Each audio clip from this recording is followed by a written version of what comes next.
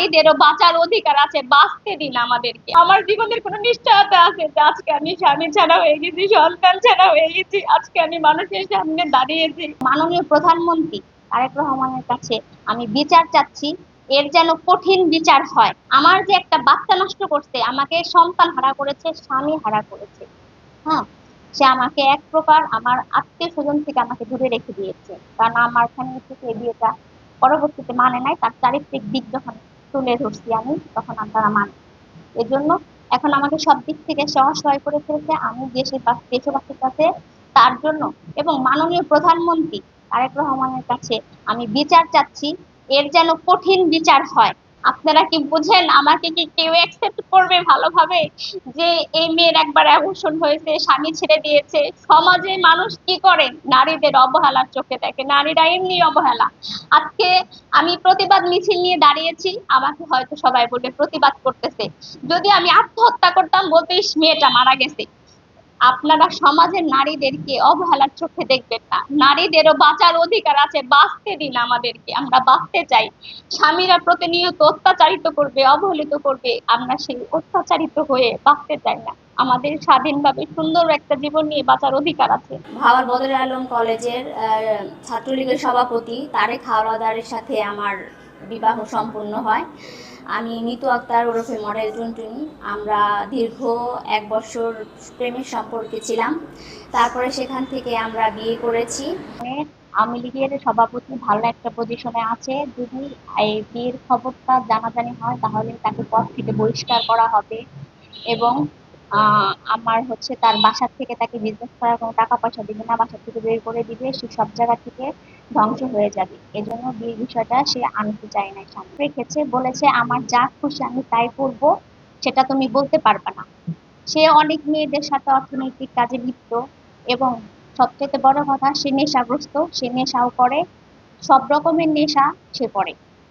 আর তারপরে সে হচ্ছে এইরকম আমাদের সংসার চলাকালীনই আমি এই ধরনের অনেক পেয়েছি। তার বন্ধু বান্ধবরা আমাকে ফোন দিয়ে জানিয়েছে যে ভাবি ও এইরকম অনেক মেয়েদের সাথে সম্পর্ক করে, অনেক মেয়েদের সাথে সম্পর্ক আছে, তো আপনি এটা স্টেপ নেন না কেন? তো আমি বলছি ভাই আমি তো সংসার করতে চাচ্ছি, এভাবে আমি আসলে সংসার নষ্ট করতে চাই না। কারণ আমি প্রেগনেন্ট হয়ে যাই, হ্যাঁ আমি গর্ভবতী হয়ে যাই। যখন আমি গর্ভবতী হয়ে যাই তখন আমি তাকে বলি যে আমি প্রেগনেন্ট হয়েছি। তো তখন সে তার প্রথম বাক্যটাই ছিল যে এটা আমার সন্তান না।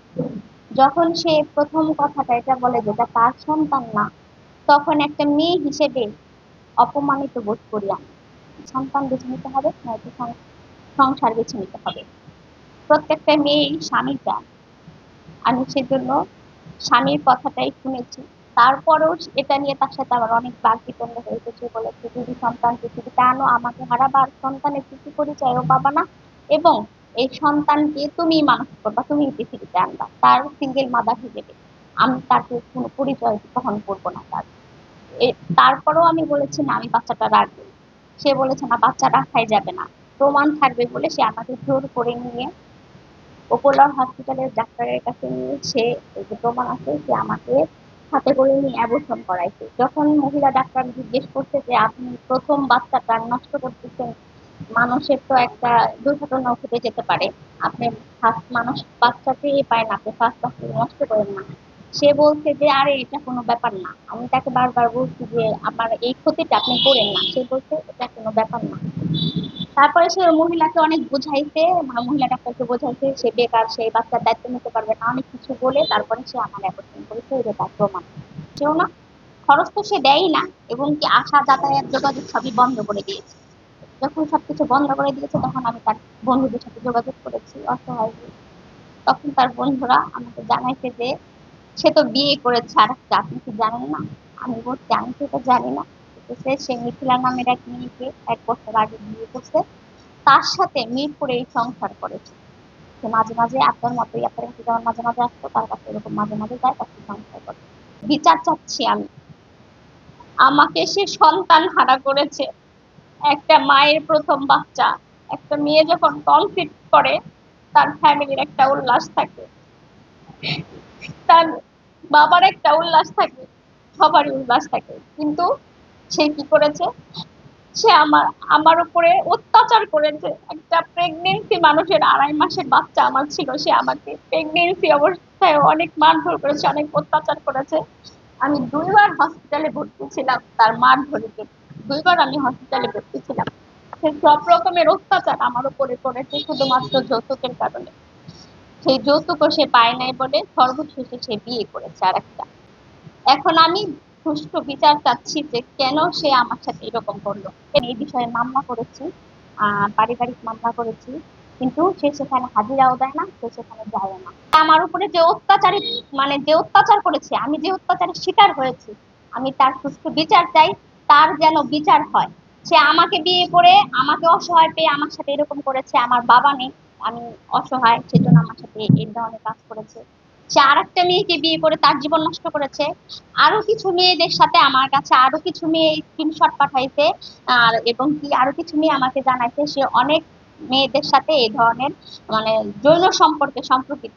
তো রকিব সরকারের বিশ্বস্ত কাছের লোক এবং মাহিয়া মাহির সবচাইতে কাছের লোক, এবং তার গাড়ি চালাইতো ড্রাইভার। ঠিক আছে।